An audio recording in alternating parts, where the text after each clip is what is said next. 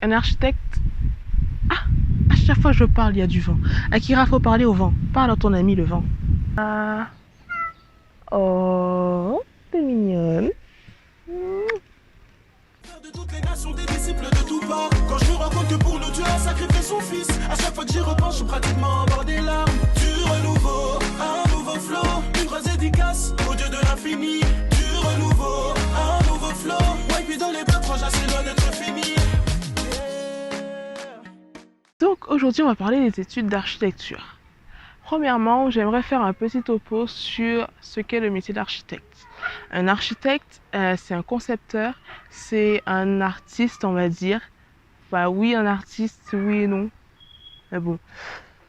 Dans l'idée générale, on va dire c'est un artiste parce qu'il imagine, il conçoit des espaces et il les met en relation avec les hommes, avec les êtres humains. Donc un architecte sera amené à travailler en agence ou bien à son propre compte, tout comme il pourra travailler aussi et faire il pourra toujours exercer un autre métier que le sien.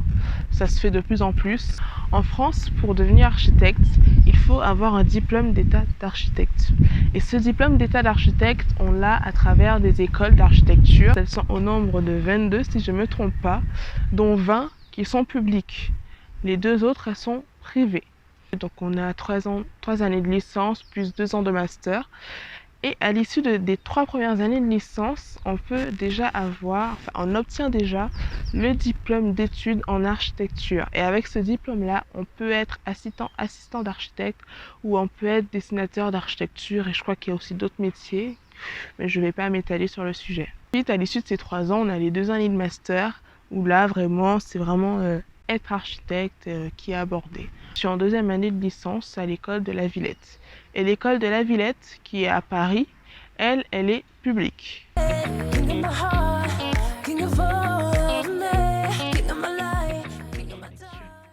Alors, pour entrer en école d'architecture en France, il faut suivre le programme Parcoursup. Donc, dans les temps, il faut faire son dossier sur Parcoursup et demander les écoles d'architecture qu'on souhaite. D'abord, la première étape, c'est sur dossier qu'ils vont accepter et sur lettre de motivation. Donc d'abord, on rentre le dossier. Alors, j'aimerais éclaircir un point très important. Il n'est pas nécessaire de faire S pour être architecte. C'est une légende urbaine totalement fausse. Moi, j'ai fait S parce qu'on m'avait dit oui, fais S, comme ça, tu pourras rentrer en école d'architecture, etc. Mais c'est pas nécessaire. On peut sortir d'une licence, on peut sortir d'un parcours littéraire, d'un parcours professionnel, on peut sortir d'un autre cursus, on peut rentrer en école d'architecture. Il y a absolument de tout. Dans mon école, on a des S, on a des licences, dans mon école, on a des scientifiques, on a des littéraires, on a des économiques et sociales, on a toutes sortes de filières. Et aussi, il faut savoir que il y a beaucoup d'étudiants qui rentrent en école d'architecture alors qu'avant, ils ont déjà eu un cursus universitaire. Une fois que tu as rempli ton dossier sur Parcoursup, que tu as envoyé ta lettre de motivation dans laquelle tu as expliqué pourquoi ça t'intéressait, pourquoi tu voulais telle école, etc. Maintenant, l'école va te recontacter et te dire si oui ou non tu es admise. Là, c'est une première phase d'admission. Si tu es accepté, tu devras suivre un entretien. Tu devras effectuer un entretien qui peut se faire en présentiel, donc dans l'école, ou bien qui peut se faire par Skype. À l'issue de cet entretien, si tu es accepté, ben là, ils te diront oui, vous êtes accepté, bien sûr, dans les termes de Parcoursup. Donc, en juillet, je crois. Ouais, juin, juillet, ils disent ce qui est accepté ou pas, si tu es sur liste d'attente. Et un conseil, si tu es sur liste d'attente, je te conseille de patienter parce qu'il y a beaucoup d'étudiants qui soit se désistent, choisissent de suivre une autre filière, soit ils ont été acceptés dans telle école qui préférait, donc ta place elle est libérée, enfin la place avant toi est libérée, donc tu es accepté, donc vaut mieux patienter. Moi à l'origine j'étais sur liste d'attente, j'ai attendu peut-être une semaine ou moins, je sais plus, et j'ai été acceptée. Je te conseille déjà premièrement d'être honnête. ça ne sert à rien de mentir. Par exemple, moi, on m'avait demandé c'était qui mon architecte préféré. À l'époque, je n'avais pas d'architecte préféré. Mais je disais que j'aimais beaucoup regarder l'architecture et surtout l'île d'où je viens est très marquée par l'architecture coloniale. Et je me suis toujours demandé pourquoi, comment ils ont fait pour construire des bâtiments qui allaient super haut et que ça tienne encore aujourd'hui alors qu'ils n'avaient pas les moyens d'aujourd'hui. Par exemple, moi c'était ça qui me marquait dans l'architecture et que j'ai partagé avec eux. Deuxièmement, il faut s'informer un minimum. Tu peux ne pas avoir d'architecte préféré, mais il faut que tu t'intéresses un minimum à l'architecture. Que ce soit au travers d'émissions, que ce soit au travers de magazines, de livres ou autre chose, ou même d'être en contact avec des architectes par exemple de ta famille. Voilà, de leur poser des questions. Il faut être curieux, il faut montrer que tu es très curieux, que tu t'intéresses à ce métier-là et que ça te motive. Et ça, d'ailleurs, c'est le troisième point, la motivation. Il faut réellement être motivé. C'est sûr que si toi-même tu n'es pas convaincu et motivé pour ce que tu fais, tu vas pas aller convaincre le recruteur, le prof qui est devant toi, et tu vas pas lui convaincre que oui, tu aimes beaucoup l'architecture si toi-même tu n'aimes pas l'architecture. C'est soit passion et soit déterminé. Moi, j'ai dû faire deux essais pour être acceptée. La première année, enfin la première fois, j'ai tenté les concours, j'ai pas été acceptée et j'ai attendu 1 an et j'ai retenté les concours et là j'ai été acceptée. Donc, sois patient, sois déterminé et persévérant. Le quatrième point que j'aimerais aborder, c'est... Enfin, c'est un mythe. C'est un mythe, en même temps c'est une réalité. Est-ce que c'est cher? Ça dépend. Si tu es dans une école publique, faut savoir qu'il y a des écoles publiques en France acceptent les boursiers. Si tu es boursier ou boursière, tu n'auras pas à payer les frais de scolarité, les frais d'inscription. Donc ce qui fait qu'en gros tu rentres à l'école gratuitement. Et si tu n'es pas boursier, tu auras les frais d'inscription à payer. Mais sauf qu'ils ne sont pas élevés, très élevés comparés aux écoles privées qui elles sont très chères. En école publique, les frais d'inscription s'élèvent autour de 300-400 euros. Voilà, et c'est toute l'année. Tu paies ça une seule fois dans l'année. Maintenant, les écoles privées, elles fixent leurs tarifs. Je sais que l'école spéciale d'architecture, c'est 10 000 euros l'année. Maintenant, ce qui est cher dans les écoles d'architecture, c'est le matériel. C'est sûr que c'est très cher. Par exemple, les règles, tout ce qui est critérium, des mines spéciales, des feutres spéciaux, c'est très cher. C'est comme dans les écoles d'art, le matériel coûte cher. Et il faut savoir que la première année, quand tu vas rentrer, le premier mois de la rentrée, tu auras l'impression que tu vas vider tout ton porte-monnaie. Limite, tu auras à vendre un rein parce que c'est cher. Tu auras beaucoup de choses à acheter pour avoir en fait tout ton matériel. Donc tu auras forcément, vu que c'est la première fois, tu auras énormément de choses à acheter. Mais par la suite, tu n'auras pas toutes ces choses à acheter. Par exemple, ta règle, tu l'achètes une seule fois. À part si tu la perds ou on te la vole, tu vas devoir la racheter. Mais sinon, ta règle, tu l'achètes une seule fois.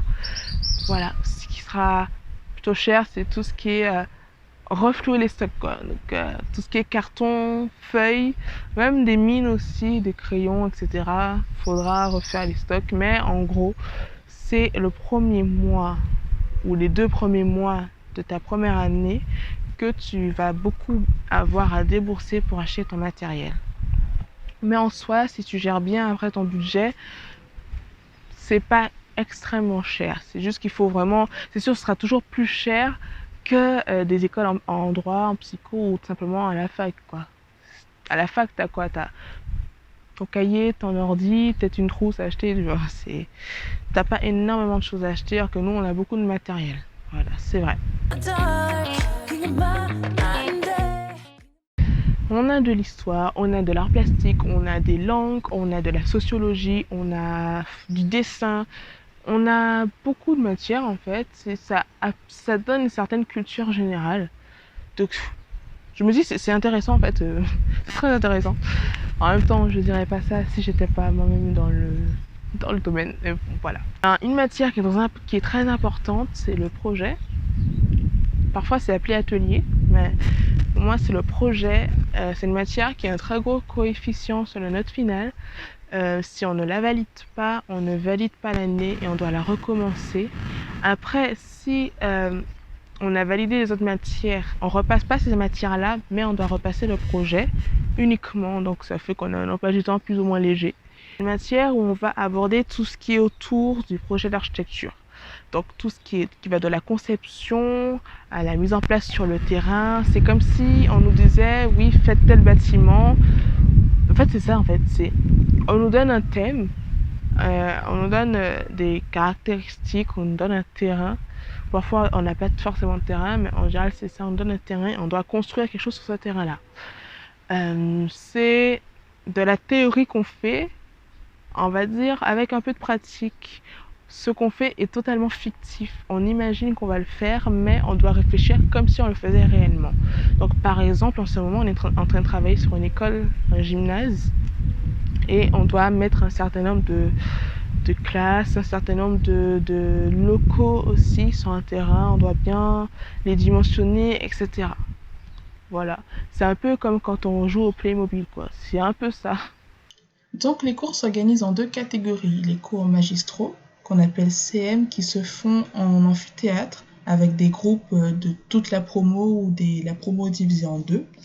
Et il y a les TD dirigés, les travaux dirigés qui, eux, sont en petits groupes.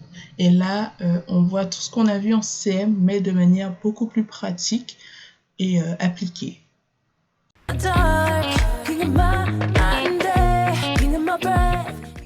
On a une charge de travail assez conséquente. Au début, on va se dire ça va, mais au fur et à mesure, tout va s'accumuler et à la fin de l'année ou à la fin du semestre, on aura énormément de choses à faire. On ne dit pas qu'on va faire ça demain parce que demain, en fait, on aura autre chose à faire. Après, on va dire oui, on fait ça demain aussi. Et au final, on le fait jamais. On doit tout faire à la fin de l'année. On est en PLS. On se demande pourquoi on a choisi de faire ces études. Donc, pour éviter ça, il vaut mieux faire tout ce qu'on nous dit de faire en temps et en heure. Il y a une expression qu'on connaît très bien. C'est l'expression faire charrette. C'est quand tu fais une nuit blanche où tu fais plusieurs nuits blanches d'affilée pour pouvoir terminer un projet, pouvoir terminer un rendu à temps. Et parfois même tu ne termines pas. Voilà, c'est très très très fatigant, ça irrite beaucoup les nerfs, c'est pas bon pour la santé parce que ton sommeil tu le négliges. Donc voilà, vaut mieux éviter de faire charrette et faire les choses en temps et en heure et rendre son rendu à l'heure. C'est tout pour cette vidéo, j'espère qu'elle vous aura aidé, qu'elle vous aura plu.